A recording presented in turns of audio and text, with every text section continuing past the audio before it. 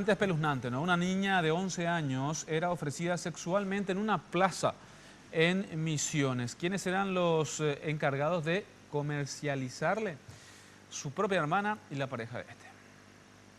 La niña fue rescatada por personal de la Fiscalía que llegó al lugar tras la denuncia de vecinos. La pequeña fue trasladada al centro de salud donde tras varios estudios se constató que la joven era sometida sistemáticamente a abusos sexuales.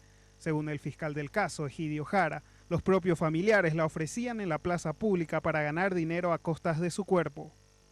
Localizamos la vivienda de la menor y nos constituimos en el lugar.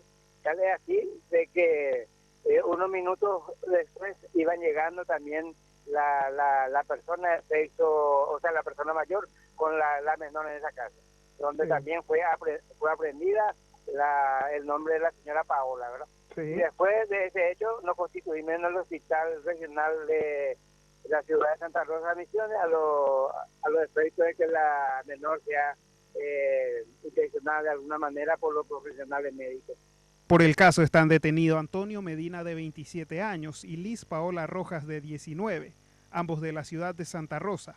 Los detenidos se exponen a 10 años de prisión por el caso de abuso, y si es por proxenetismo, otros 10 años más. El padre está fallecido y la mamá vive todavía. Ya. También estamos investigando, se va a constituir en el lugar la asistente social con el fin de recabar datos referentes al medio socioambiental, cómo viven esa persona, ¿verdad? Y después seguiremos también tomando seguramente alguna medida en referencia a la madre. Medina ya fue imputado en calidad de autor y Liz Paola por cómplice. La menor quedará a cargo del Juzgado de la Niñez y Adolescencia de Misiones, que dispuso como medida de protección trasladar a la joven a una casa provisoria mientras se investiga el caso.